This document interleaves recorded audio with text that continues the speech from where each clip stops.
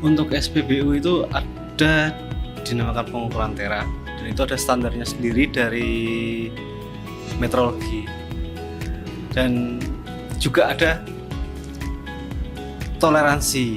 Jadi di sini kan ada bejana, ada dua macam, 10 liter sama 20 liter.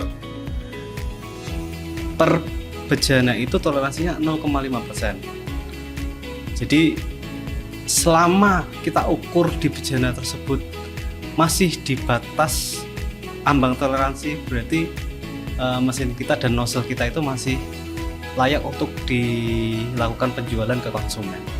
Pengukuran tera sama ya, karena semua itu disertifikasi sama metrologi. Nggak boleh SPBU merubah tera sendiri, nggak boleh. Semua dari metrologi dengan ya syarat tadi, toleransi 0,5% itu.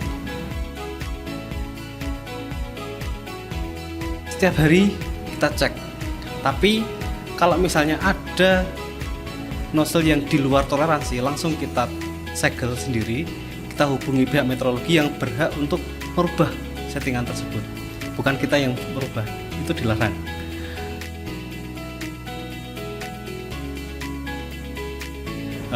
Itu kalau saya sih itu budaya ya. Itu sebenarnya malah berbahaya bagi konsumen itu. Efek digoyang-goyang itu kan, kalau misalnya mau ngisi penuh nih, terus minyak itu keluar dari lubang pengisian, itu bisa bercacaran, malah menimbulkan bahaya. Yang pertama ya bahaya kebakaran.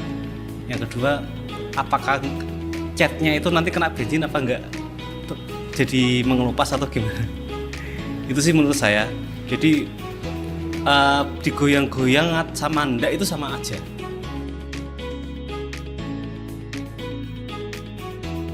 Itu mitos sih, karena di pompa SPBU itu, dispenser SPBU itu semua udah terprogram. Berapapun kita ngetik, berapapun kita minta itu sama aja. Kalau misalnya 20.000 lebih satu, ya pasti lebih banyak daripada 20.000, karena kan lebih satu. Itu sih. Jadi kalau itu dibuat mitos bisa lebih banyak atau enggak sih, itu hanya mitos saja.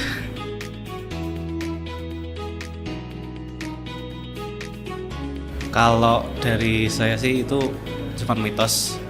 Jadi speed nozzle itu memang ada 3, dan fungsinya itu terutama untuk mobil, ketika kita ngisi full atau ngisi banyak di mobil, di nozzle itu ada emergency, ada automatic stop.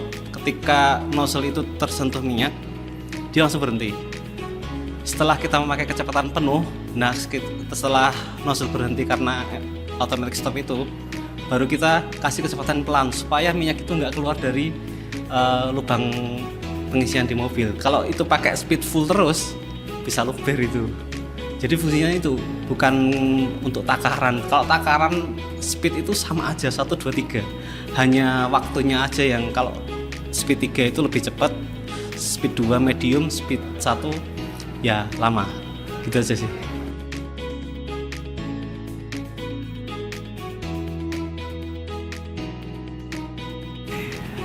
Kalau kita ngomong ukuran bensin atau takaran, itu bukan acuan ya. Jadi acuan untuk angkot atau ojol itu bukan acuan untuk SPBU itu takarannya bagus atau enggak. Jadi kalau misalnya ada SPBU yang dirasa konsumen kok ini kok takarannya kayak gini ya, langsung ke SPBU minta uji tera, dicek teranya, pasti SPBU mau.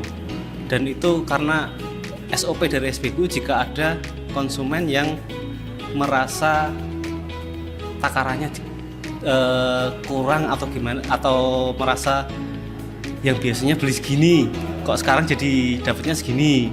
Nah itu caranya bukan patokan angkot, tapi kita ke SPBU, Mas saya mau uji tera, soalnya saya biasanya beli segini kok dapatnya segini. Pasti SPBU mau.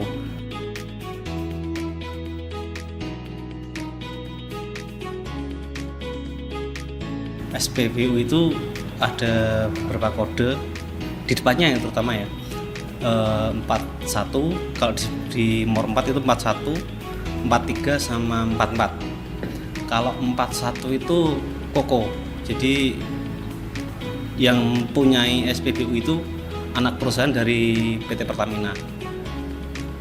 Dan ada lagi 43 itu kerjasama sama perorangan dan Pertamina. Misalnya Pertamina punya lahan, terus ada orang mau bangunin SPBU bekerjasama atau sebaliknya.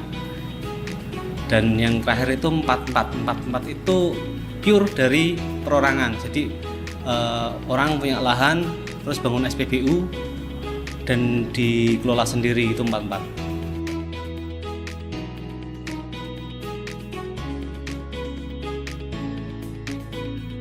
Jadi format fisik itu setiap tahun ganti-ganti. Kalau yang full merah itu format fisik tahun berapa? Saya lupa, pokoknya dari awal. Terus berubah lagi format fisik yang totemnya merah. Terus berubah lagi format fisik yang totemnya biru. Itu sih. Jadi itu cuma format fisik. Tapi ada yang membedakan itu seragam operator. Ada yang seragam operator warnanya hitam merah dan ada yang abu-abu. Kalau itu sertifikasi di audit. Jadi ada 2 jenis audit di SPBU, pasti pas sama pasti prima. Nah, yang seragamnya abu-abu untuk operatornya itu pasti prima. Kalau seragamnya merah itu pasti pas, itu sertifikasinya. Jadi bedanya apa? Itu nggak ada bedanya, cuman penamaan aja sih.